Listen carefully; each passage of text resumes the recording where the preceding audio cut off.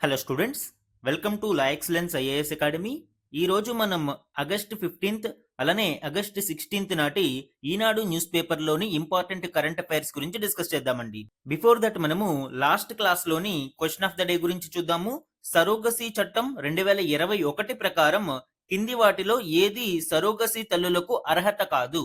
Last class లో మనము surrogacy act 2021 గురించి అలానే లేటెస్ట్ అమెండ్మెంట్స్ 2024 కి సంబంధించిన అమెండ్మెంట్స్ గురించి కూడా డిస్కస్ చేశాము.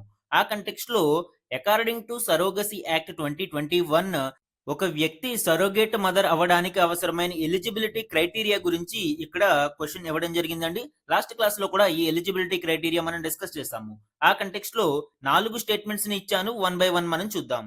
ఫస్ట్ ఆఫ్ ఆల్ మనము నోట్ చేసుకోవాల్సింది, భారతదేశంలో కమర్షియల్ సరోగసీ అనేది లేదు.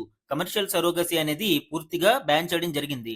ఓన్లీ ఆల్ట్రియిస్టిక్ సరోగసీ అనేది మాత్రమే భారతదేశంలో ప్రస్తుతం అమలులో ఉంది. అంటే ఎటువంటి ప్రతిఫలం ఆశించకుండా పరోపకారం కోసం చేసే ఈ అద్దె గర్భాన్ని మనము ఆల్ట్రియిస్టిక్ సరోగసీ అని పిలుస్తాము. ఇందులో ఎటువంటి మానిటరీ ట్రాన్సాక్షన్స్, మానిటరీ బెనిఫిట్స్ ఉండవు. ఓన్లీ అల్ట్రియిస్టిక్ సరోగసీ కాబట్టి ఎవరైతే ఇంటెండింగ్ కపుల్ ఉన్నారో, అంటే ఎవరైతే అద్దె గర్భం ద్వారా బిడ్డను పొందాలని అనుకుంటున్నారో ఆ జంటకు సంబంధించిన దగ్గర బంధువులు మాత్రమే ఈ అల్ట్రియిస్టిక్ సరోగసీలో అవకాశం కల్పించడం జరుగుతుంది. కాబట్టి ఉద్దేశించిన జంట యొక్క దగ్గర బంధువు అయినప్పుడు మాత్రమే మనకి చట్టం ప్రకారం అనుమతి లభిస్తుంది. సెకండ్ వన్, 25 నుంచి 50 సంవత్సరాల మధ్య వయస్సు. సో ఈ స్టేట్మెంట్ రాంగ్ అండి. ఎందుకు? ఎలిజిబిలిటీ క్రైటీరియా మనం చూసినప్పుడు 25 నుంచి 35 సంవత్సరాలు ఎవరైతే సరోగేట్ మదర్ ఉన్నారో వాళ్ళ ఏజ్ గ్రూప్ 25 నుంచి 35 సంవత్సరాల మధ్యలో మాత్రమే అవకాశం కల్పిస్తారు. ఇక్కడ చూడవచ్చు 25 టు 35 ఏజ్ గ్రూప్ అయి ఉండాలి. సరోగేట్ మదర్ కి మ్యారీడ్ అయి ఉండాలి, అంటే వివాహత అయి ఉండాలి. అలానే must have 1 child of her own, ఖచ్చితంగా వివాహత అయి ఉండి కనీసం ఒక బిడ్డ కలిగి ఉండాలి. So option D correct. అలానే cannot be a surrogate more than once, జీవిత కాలంలో ఒకసారి మాత్రమే ఈ అల్ట్రియిస్టిక్ సరోగసీ ద్వారా అవకాశం కల్పించడం జరుగుతుంది. సరోగేట్ మదర్ ఒకసారి సరోగేట్ అయితే రెండవసారి సరోగేట్ అవ్వడానికి అవకాశం లేదు. కాబట్టి జీవిత కాలంలో ఒక్కసారి మాత్రమే సరోగసీ అనేది కలిగి ఉంటుంది. సో సి కూడా కరెక్టే. A, C and D correct. B అనేది మనకి ఇక్కడ రాంగ్. కాబట్టి ఆన్సర్ ఏమవుతుందండి? అర్హత కాదు అని అడిగాడు. సో బి అనేది కరెక్ట్ ఆన్సర్ అవుతుంది. ఈ రోజు ఈనాడు న్యూస్ పేపర్లోని important topics to be covered మనం చూద్దాము. ఇందులో ఆగస్ట్ 15th నాటి కంటెంట్ కూడా కవర్ అయ్యి ఉంది. ఫస్ట్ వన్ చూడండి, దేశానికి కవచంలా సుదర్శన చక్రం. ఈ ఆర్టికల్ ఆగస్ట్ 15th ని పురస్కరించుకుని భారత ప్రధాని నరేంద్ర మోదీ గారు రెడ్ ఫోర్ట్ స్పీచ్ కి సంబంధించిన కీలక డీటెయిల్స్ ఇందులో ఇవ్వడం జరిగింది అండి. ముఖ్యంగా మిషన్ సుదర్శన్ చక్ర గురించి ఈ ఆర్టికల్లో వివరించడం జరిగింది. ఇది మనకి గవర్నెన్స్ అలానే డిఫెన్స్ టెక్నాలజీలో ఇంపార్టెంట్. సెకండ్ వన్, అభివృద్ధికి అటు ఇటు. భారతదేశం 78 సంవత్సరాల స్వాతంత్ర్యాన్ని పూర్తి చేసుకుని 79వ స్వాతంత్ర దినోత్సవాన్ని జరుపుకుంటూ ఉంది. ఈ నేపథ్యంలో గడిచిన 78 సంవత్సరాలలో భారతదేశం ఏ ఏ రంగాలలో అభివృద్ధి చెందింది, ఇంకా ఏ ఏ రంగాలలో వెనకబడి ఉంది, ఇలాంటి కీలక స్టాటిస్టిక్స్ ఈ ఆర్టికల్లో వివరించడం జరిగింది. ఇది కూడా మనకి గవర్నెన్స్ లో ఇంపార్టెంట్. థర్డ్ వన్, ఉక్రెయిన్ పై శాంతి చర్చలు. ఇటీవల ట్రంప్ మరియు పుతిన్ మధ్య జరిగిన సమావేశ చర్చల గురించి ఈ ఆర్టికల్లో వివరించడం జరిగింది. ఇది ఇంటర్నేషనల్ రిలేషన్స్ లో ఇంపార్టెంట్. ఫోర్త్ వన్, పన్నుపోటుకు ఉపశమనం.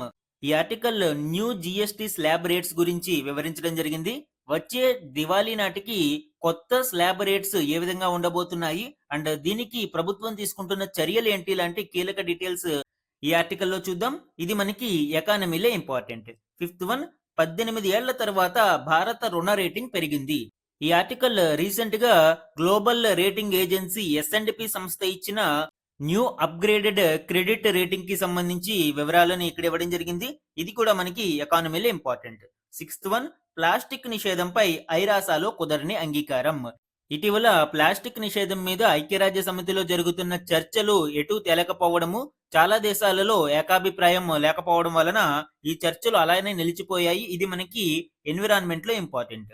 ఇవే కాకుండా ఈ రోజు ఈనాడు న్యూస్ పేపర్ లోని అదర్ ఇంపార్టెంట్ కరెంట్ అఫైర్స్ ని గురించి కూడా డిస్కస్ చేద్దామండి. ఈ రోజు మన ఫస్ట్ ఆర్టికల్ చూడండి, దేశానికి కవచంలా సుదర్శన చక్రం. శ్రీకృష్ణుడి స్ఫూర్తితో ఏర్పాటు, 2035 నాటికల్లా సిద్ధం. అన్ని ప్రధాన వ్యవస్థలకు దీనితో రక్షణ. మళ్లీ దుస్సాహసం చేస్తే పాక్కు చావు దెబ్బే. రైతుల ప్రయోజనాలను కాపాడతాం, యువత ఉపాధికి 1,00,000 కోట్లతో పథకం. దివాళీలోపు జీఎస్టీలో సంస్కరణలు తెస్తాం. ఇవన్నీ ఏంటండి? ఆగస్టు 15 స్వాతంత్ర దినోత్సవాన్ని పురస్కరించుకుని భారత ప్రధాని ఎర్రకోట మీద జెండా ఎగరవేసిన తరువాత ఇండిపెండెన్స్ డే స్పీచ్‌లోని కీలక పాయింట్స్ ముఖ్యంగా ఆయన ఆపరేషన్ సింధూర్‌ని ప్రస్తావించారు. పీఎంవీబీఆర్‌వై ప్రధానమంత్రి వికసిత్ భారత్ రోజ్గార్ యోజన అనే ఒక నూతన స్కీమ్‌ని లాంచ్ చేయడం జరిగింది. జీఎస్టీలో సంస్కరణలు తెస్తాము అని ఆయన తెలిపారు. అలానే మిషన్ సుదర్శన్ చక్ర అనే ఒక కొత్త మిషన్‌ని లాంచ్ చేయడం జరిగింది. అండ్ సెమీ కండక్టర్ ప్రొడక్షన్స్ గురించి, green hydrogen and clean energy గురించి కూడా ఆయన ఈ సందర్భంగా ప్రస్తావించారు. సో, ఇవన్నీ కూడా భవిష్యత్తులో కేంద్ర ప్రభుత్వం తీసుకునే కీలక గవర్నెన్స్ ఇనిషియేటివ్స్ మరియు రిఫార్మ్స్‌గా చెప్పవచ్చు.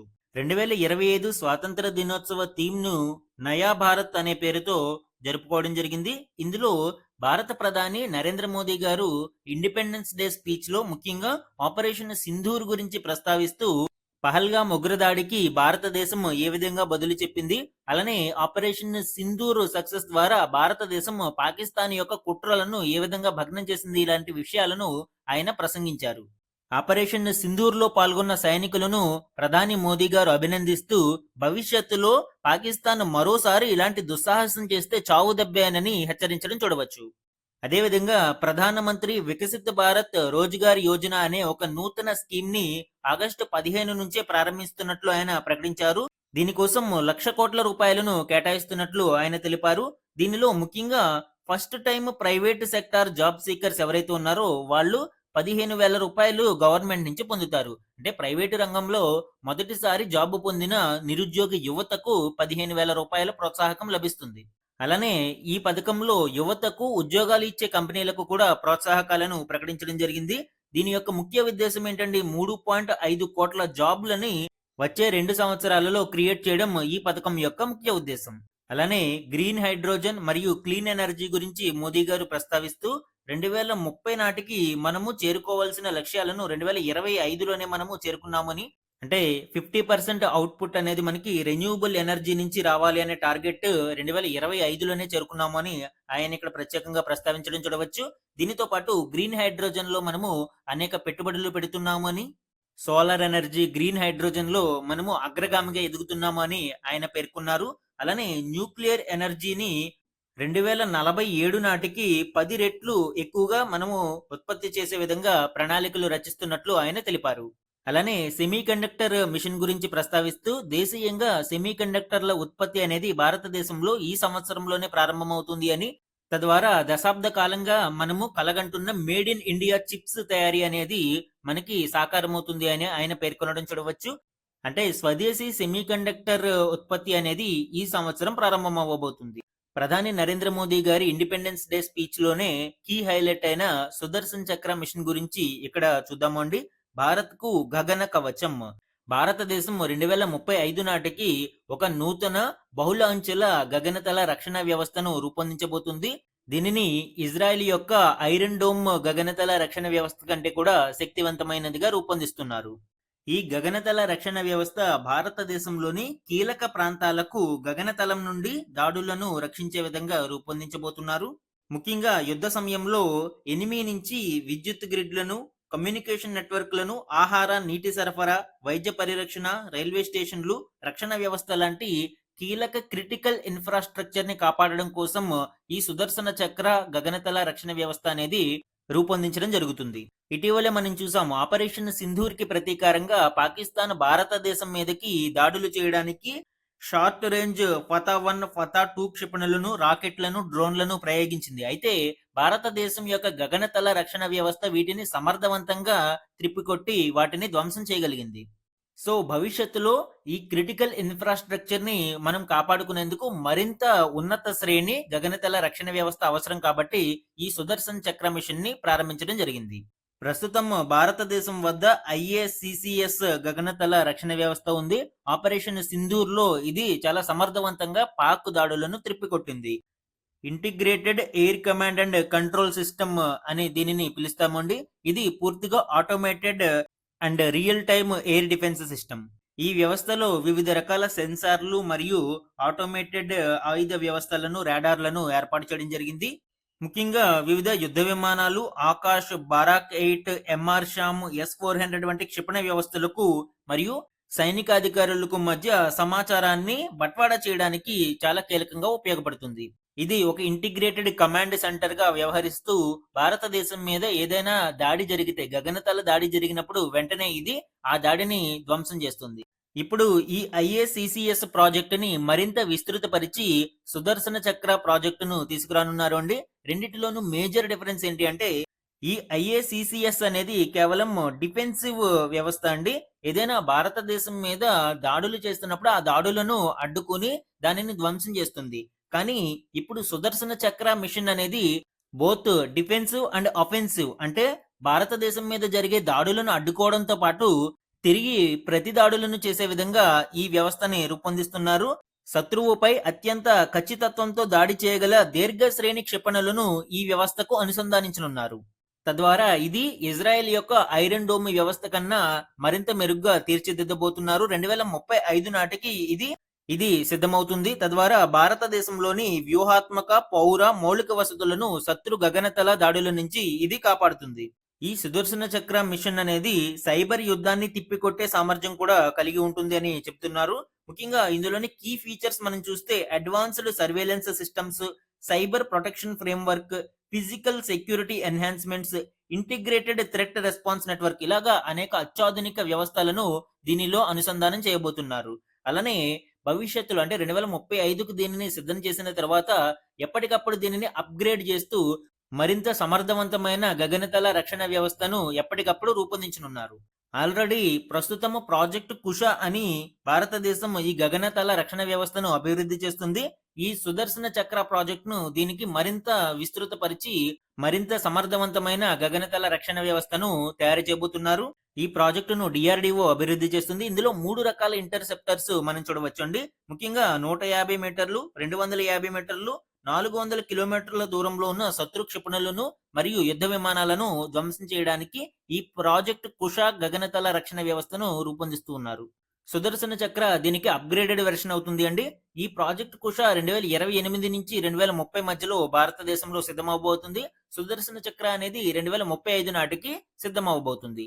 ప్రధాని నరేంద్ర మోదీ గారి ఇండిపెండెన్స్ డే స్పీచ్‌లోని మరొక కీ హైలైట్ జీఎస్టీ రిఫార్మ్స్ గురించి చూద్దామండి. పన్నుపోటుకు ఉపశమనం, జీఎస్టీలో సంస్కరణలకు కేంద్రం యోచన. కేంద్ర ప్రభుత్వం జీఎస్టీలో కొన్ని కీలక సంస్కరణలను తీసుకురానుంది అండి. ప్రస్తుతం మనము 0% స్లాబ్ ని మినహాయిస్తే 4 స్లాబ్ జీఎస్టీ అనేది అమలులో ఉంది. 5%, 12%, 18%, 28% ఈ విధంగా 4 రకాల స్లాబ్లు జీఎస్టీలో ప్రస్తుతం అమలులో ఉన్నాయి. ప్రస్తుతం వీటిని కుదించి ప్రతిపాదిత జీఎస్టీ విధానంలో 5% మరియు 18% స్లాబ్ రేట్స్ ని మాత్రమే తీసుకురావాలి అని, అలానే ఇవి కాకుండా సమాజానికి హానికరమైన మరియు లగ్జరీ గూడ్స్ లాంటి వాటి మీద 40% ట్యాక్స్ రేటుని విధించే అవకాశం ఉందని కూడా మనకి తెలుస్తుంది. ఈ ఏడాది దివాళీ నాటికి దీనిని అమలులోకి తీసుకురావాలని కేంద్ర ప్రభుత్వం భావిస్తుంది. ఈ నూతన విధానంలో ఎక్కువగా 12% స్లాబ్ రేట్‌లో ఉన్న వస్తువులన్నీ అరౌండ్ 99% వస్తువులన్నీ కూడా 5% స్లాబ్ రేట్‌లోకి, 28% స్లాబ్ రేట్‌లో ఉన్న వస్తువులన్నీ కూడా 18% స్లాబ్ రేట్‌లోకి రానున్నాయి. ఈ జీఎస్టీ సంస్కరణలు కామన్ మ్యాన్‌కి మరియు స్మాల్ బిజినెస్ సర్కిల్స్‌కి కూడా చాలా కీలకంగా ఉపయోగపడనున్నాయి. ముఖ్యంగా ఈ సవరించిన జీఎస్టీ విధానం జౌళి, ఎరువులు, పునరుత్పాదక విద్యుత్తు, ఆటోమోటివ్, హస్తకళలు, వ్యవసాయం, వైద్యం, బీమా రంగాలకు లాభం చేకూర్చనుంది. తద్వారా మోర్ ట్రాన్సాక్షన్స్ అనేవి జరుగుతూ ఉంటాయి. దీని వలన మనకి ట్యాక్స్ బేస్ అనేది వైడెన్ అవుతుంది. అంటే ఇప్పటి వరకు మనకి ఎక్కువ ట్యాక్స్ ఉండడం వలన కొంత ట్యాక్స్ ఎవేజన్ జరుగుతూ ఉంది. ఇప్పుడు ట్యాక్సెస్ ని మనము సరళించడంతో మరింత ట్యాక్స్ బేస్ వైడెన్ అవ్వడంతో ఎప్పుడైతే ఇక్కడ కొంత నష్టం చేకూరుతుందని భావిస్తున్నారో ఆ నష్టం దీని ద్వారా భర్తీ అవుతుంది. అలానే 40% స్లాబ్ అనేది ఒక ప్రత్యేక స్లాబ్‌ని క్రియేట్ చేయనున్నారండి. దీనిలో సమాజానికి హానికరమైన వస్తువులు, సేవలని ఉంచబోతున్నారు. ముఖ్యంగా ఆన్‌లైన్ గేమింగ్ కావచ్చు, అలానే పొగాకు ఉత్పత్తులు, ఇలాంటి హానికరమైన అంశాలన్నీ కూడా ఈ 40% స్లాబ్ రేట్‌లోకి ఉండబోతున్నాయి. ఈ రిఫార్మ్స్ అన్నీ కూడా వచ్చే నెలలో జరగబోతున్న జీఎస్టీ కౌన్సిల్ సమావేశంలో చర్చించి దివాళీ నాటికి వీటిని అమలులోకి తీసుకురావడానికి ప్రయత్నాలు చేస్తున్నారండి. ఇక్కడ ఎగ్జామ్ పాయింట్ ఆఫ్ వ్యూలో మనము జిఎస్టి కౌన్సిల్ గురించి కూడా చూడాల్సి ఉంటుంది. ఇది ఒక కాన్స్టిట్యూషనల్ బాడీ. మనకి ఆర్టికల్ 279 ఏలో దీనిని ఏర్పాటు చేయడం జరిగింది. 101 కాన్స్టిట్యూషనల్ అమెండ్మెంట్ యాక్ట్ ద్వారా 279 ఏ అనే ఒక నూతన ఆర్టికల్ ని జోడించి ఒక జిఎస్టి కౌన్సిల్ ని ఏర్పాటు చేశారు. ఇది రాజ్యాంగబద్ధ సంస్థ. దీనికి చైర్పర్సన్ గా ఎవరు వ్యవహరిస్తారు? Union finance minister GST council chairperson గా వ్యవహరిస్తారు. ఇందులో రాష్ట్రాలకు సంబంధించి రాష్ట్ర ఆర్థిక మంత్రులు లేదా రెవెన్యూ మంత్రులు ఇందులో పాల్గొంటారు. ముఖ్యంగా ఓటింగ్ ప్యాటర్న్ మనం చూస్తే స్టేట్స్ కి 2/3 వెయిటేజ్ ఉంటుంది, సెంటర్ కి 1/3 వెయిటేజ్ ఉంటుంది. అలానే డెసిషన్ అనేది 3/4 మెజారిటీ మీద ఆధారపడుతుంది. అండ్ కోరం వచ్చి 50% కోరం ఉండాలి అండి. అప్పుడు మాత్రమే డెసిషన్స్ తీసుకోవడానికి అవకాశం ఉంటుంది. సో ఇది జిఎస్టి కౌన్సిల్ గురించి. వచ్చే జిఎస్టి కౌన్సిల్ సమావేశాలలో ఈ న్యూ జిఎస్టి రిఫార్మ్స్ ని ప్రవేశపెట్టబోతున్నారు. 3/4 మెజారిటీ ఈ సంస్కరణలకు లభిస్తే వచ్చే దీపావళి నాటికి ఈ సంస్కరణలు అమలులోకి రాబోతున్నాయి. మన నెక్స్ట్ ఆర్టికల్ చూడండి. అభివృద్ధికి అటు ఇటు 78 ఏళ్ల స్వతంత్ర భారతంలో సానుకూలతతో పాటు సవాళ్లు. ఈ ఆర్టికల్ భారతదేశం 78 సంవత్సరాల ఇండిపెండెన్స్ ని పూర్తి చేసుకుని 79వ స్వాతంత్ర దినోత్సవంలోకి అడుగుపెట్టిన నేపథ్యంలో ఇప్పటి వరకు కొన్ని కీలక అంశాలలో సాధించిన పురోగతిని మరియు మనము సాధించాల్సిన మరింత ప్రగతిని వివరించడం జరిగింది. దీనిలోని కీ హైలైట్స్ ఇప్పుడు చూద్దాం. ముఖ్యంగా ఈ ఆర్టికల్ జీడిపి ప్రోగ్రెస్ గురించి, సెక్టోరల్ గ్రోత్ గురించి, పాపులేషన్ గ్రోత్ గురించి, పెర్ క్యాపిటా ఇన్కమ్ గురించి, ఎకనామిక్ ఇన్ఈక్వాలిటీ అంటే ఆదాయాలలో అంతరాల గురించి, ఎంప్లాయ్మెంట్ జనరేషన్ గురించి వివరించడం జరిగింది. 1 by 1 మనం చూద్దాం. 2025 స్వాతంత్ర దినోత్సవ వేడుకలను మనము నయా భారత్ అనే థీమ్ తో నిర్వహించడం జరిగింది అండి. ఈ నయా భారత్ అంటే 2047 నాటికి వికసిత భారత్ లక్ష్యాలను సాధించాలి అనే లక్ష్యంతో ఈ నయా భారత్ ని మనము ఏర్పాటు చేసుకుంటున్నాం. సో ఈ 78 సంవత్సరాల స్వతంత్ర భారతదేశం యొక్క ప్రగతిని మనం చూసినప్పుడు జీడిపి ప్రోగ్రెస్ మనం చూస్తే 1980-90ల మధ్య అనేక ఒడిదుడుకులను మనం ఎదుర్కొంటున్నా కూడా ఇప్పుడు ప్రపంచంలోనే 4వ అతిపెద్ద ఆర్థిక వ్యవస్థగా భారతదేశం అవతరించింది. 1960లో కేవలం $0.04 ట్రిలియన్ ఆర్థిక వ్యవస్థగా ఉన్న భారతదేశం ప్రస్తుతం 2025లో $4.19 ట్రిలియన్ ఆర్థిక వ్యవస్థగా 4వ స్థానానికి ఎగబాకింది. మనకంటే ముందు అమెరికా, చైనా, జర్మనీ దేశాలు ఉన్నాయండి. ఈవెన్ జర్మనీకి కూడా మనము చాలా క్లోజ్ గా ఉన్నాము. కమింగ్ డేస్ లో మనము జర్మనీ ఆర్థిక వ్యవస్థను దాటి 3వ అతిపెద్ద ఆర్థిక వ్యవస్థగా అవతరించే అవకాశం ఉంది. 1960 నుంచి మనం చూసినప్పుడు అనేక ఒడిదుడుకులు ఎదుర్కొంటున్నా కూడా ప్రతి దశాబ్ద కాలంలో మనం పరిశీలించినప్పుడు భారత గ్రోత్ అనేది పాజిటివ్ గానే ముందుకు వెళ్తుంది. అయితే సెక్టోరల్ గ్రోత్ మాత్రం చూసినప్పుడు మనకి అనీవెన్ గా కనిపిస్తూ ఉంటుంది. ఎందుకంటే మనకి ఎక్కువగా సేవా రంగం నుంచి వాల్యూ అనేది యాడ్ అవుతూ ఉంటే అందులోని ఎంప్లాయ్మెంట్ జనరేషన్ చాలా తక్కువగా ఉంది. కానీ నేటికి మనము ప్రాథమిక రంగం అంటే వ్యవసాయం మీదే ఎక్కువ మంది జనాభా ఉపాధి కల్పన కోసం ఆధారపడి ఉన్నారు. కానీ ఈ ప్రాథమిక రంగం వాటా రోజు రోజుకి తగ్గిపోతూ ఉంది. జీవీఏ వాల్యూకి సుమారు 18% ఈ వ్యవసాయ రంగం నుంచి యాడ్ అవుతూ ఉంటే 16-18% ఇది యాడ్ అవుతూ ఉంటే ఉపాధి కల్పనలో మాత్రం 44%కి ఇంకా నేటికి వ్యవసాయ రంగం మీద ఆధారపడి ఉన్నారు. అదే సమయంలో సర్వీస్ సెక్టార్ 54% జీవీఏని మనకి అందిస్తూ ఉన్నా గానీ ఎంప్లాయ్మెంట్ జనరేషన్ లో అది చాలా వెనుకబడి ఉంది. అండ్ అతి ముఖ్యమైన పారిశ్రామిక రంగం అనేది స్టాగ్నెంట్ మోడ్ లో ఉండిపోయింది. ఈ విధంగా అనీవెన్ సెక్టరల్ గ్రోత్ అనేది మనం చూడవచ్చు. దీని వలన జాబ్ లెస్ గ్రోత్ అనేది ఎక్కువగా ఉంటుంది. అంటే భారతదేశం 4వ ఆర్థిక వ్యవస్థగా వృద్ధి చెందింది అంటున్నాము. కానీ ఎంతమందికి ఉపాధి అవకాశాలు కల్పించబడుతున్నాయి, ఎంతమంది జీవన ప్రమాణాలు మెరుగుపడుతున్నాయి అనేది మనం ఇక్కడ చూసినప్పుడు uneven growth, job less growth అనేది మనకి కనిపిస్తుంది.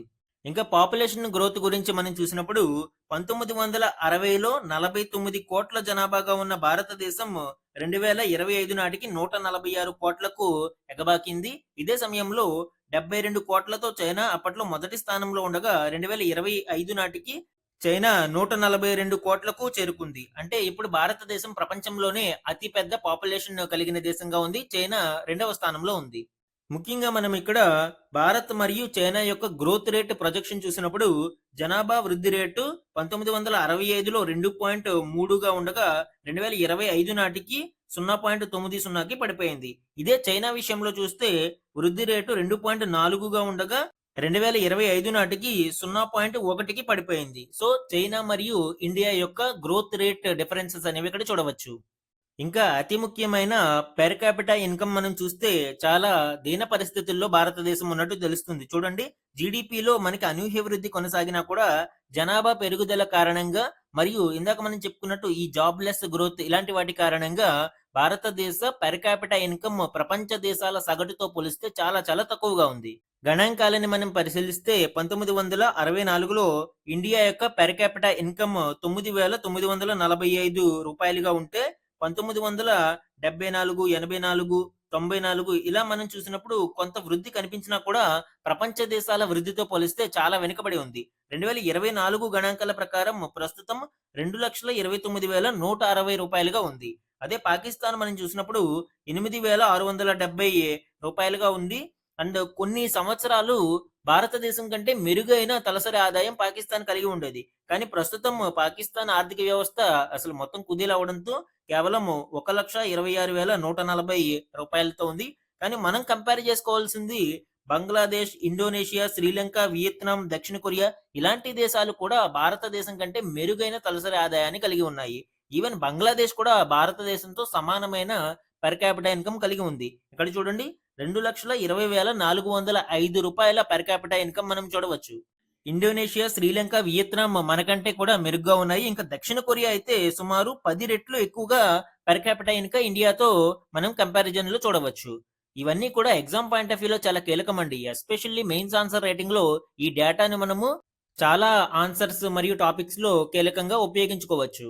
ఇక ఎకనామిక్ ఇనీక్వాలిటీ ఆదాయ అసమానతలు మనం చూసినప్పుడు 1952లో టాప్ 1% పాపులేషన్ సుమారు 11.8% వాటాని కలిగి ఉంటే, బాటమ్ 50% 20.7% వాటాని కలిగి ఉండేవారు. అయితే 2022 నాటికి టాప్ 1% సుమారు 22.6% వాటాని కలిగి ఉంటే, బాటమ్ 50% మాత్రం 15.0% వాటాకి పరిమితమయ్యారు. అంటే ఆదాయ అసమానతలు ఎంత మేర వైడెన్ అవుతున్నాయో మనం చూడవచ్చు. దీనిని బట్టి మనము చూస్తే దేశ ఆదాయంలో సంపన్న కుటుంబాల వాటా శాతం పెరిగితే, అట్టడుగున ఉన్న 50% ప్రజల కుటుంబాలు ఏవైతే ఉన్నాయో వాటి వాటా పడిపోతూ ఉంది.